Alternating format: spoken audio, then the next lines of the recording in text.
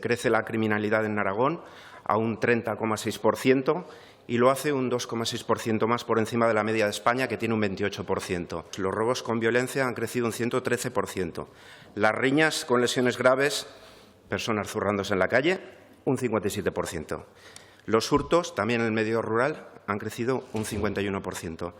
Y las violaciones han incrementado un 57%, señora consejera. Yo deseo que entienda que estos datos estadísticos son objetivos y son irrefutables y que los aragoneses los reciben con preocupación y con inquietud. Ustedes afirman que hay más efectivos y nosotros creemos que en el medio rural no es así. Y no lo es, sino porque están cerrados cuarteles de la Guardia Civil como el de Tamarite, de Litera y Camporrels. ¿Por qué? El Gobierno de España ha respondido claramente a pregunta del Partido Popular que tiene previsto cerrar en España 25 cuarteles en el año 2022. ¿Cuántos van a ser en Aragón? ¿Va a preguntárselo a la delegación del Gobierno? El incremento real de efectivos es otra cosa. Es diferente a ofertar plazas si estas no se cubren efectivamente, tal y como sucede en Aragón y además en el 90% del territorio, que es el medio rural.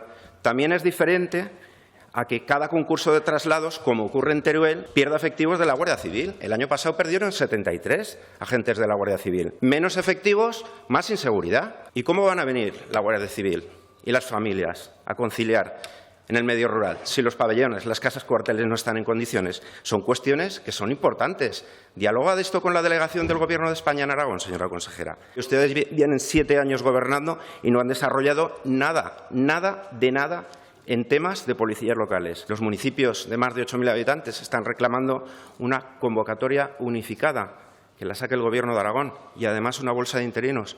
En jerga ciclista le digo, les queda mucho por pedalear, señora consejera, pero mucho.